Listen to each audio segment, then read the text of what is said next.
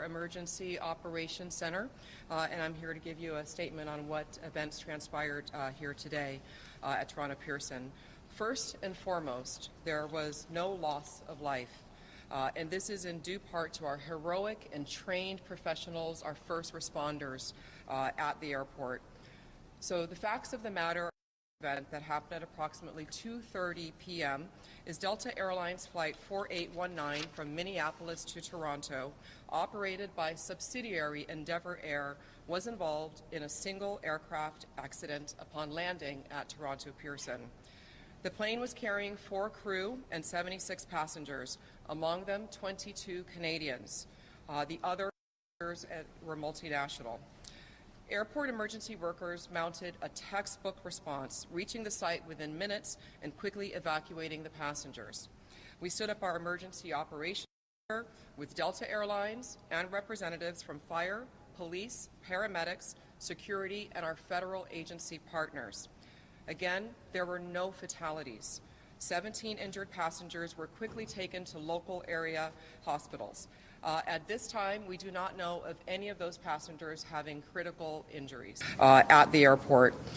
So the facts of the matter event that happened at approximately 2:30 p.m. is Delta Airlines Flight 4819 from Minneapolis to Toronto, operated by subsidiary Endeavour Air, was involved in a single aircraft accident upon landing at Toronto Pearson. The plane was carrying 4 crew and 76 passengers, among them 22 Canadians. The other passengers were multinational. Airport emergency workers mounted a textbook response, reaching the site within minutes and quickly evacuating the passengers. We stood up our emergency operations center with Delta Airlines and representatives from fire, police, paramedics, security, and our federal agency partners. Again, there were no fatalities. 17 injured passengers were quickly taken to local area hospitals. At this time, we do not know of any of those passengers having critical injuries. We immediately halted further arrivals and departures on our remaining 3 runways. Those runways were reopened at approximately 5 p.m. The other runways are remaining to serve the investigation, which will be carrying forward for the rest of tonight and into the next several days. These 2 runways will remain closed while the investigation takes place. Again, we are very grateful that there was no loss of life and relatively minor injuries. We are very focused on the care and the concern and the passengers and the crew, some of whom have already been reunified with their friends and their families. Others we have in a comfortable place right here at the airport in an environment where they're getting a lot of care and support from my staff.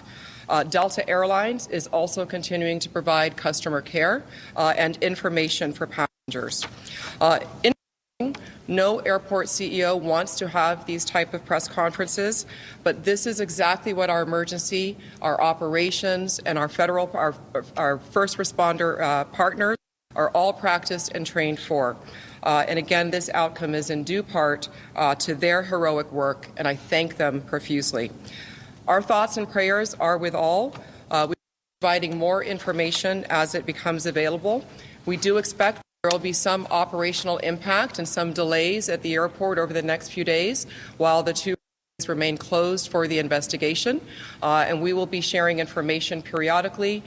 For those traveling, continue to look at our website and be in touch with your respective carrier as well. Thank you for your time today.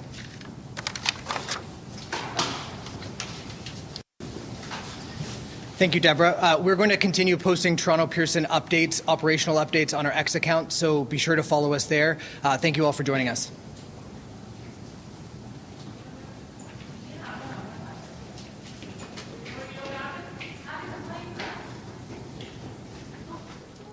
Pretty short and sweet there at that press conference in Ontario, Canada. Essentially, what we heard at the beginning and at the end, first and foremost, they are so glad that there was no loss of life. There was a lot of support for the first responders, calling it heroic work.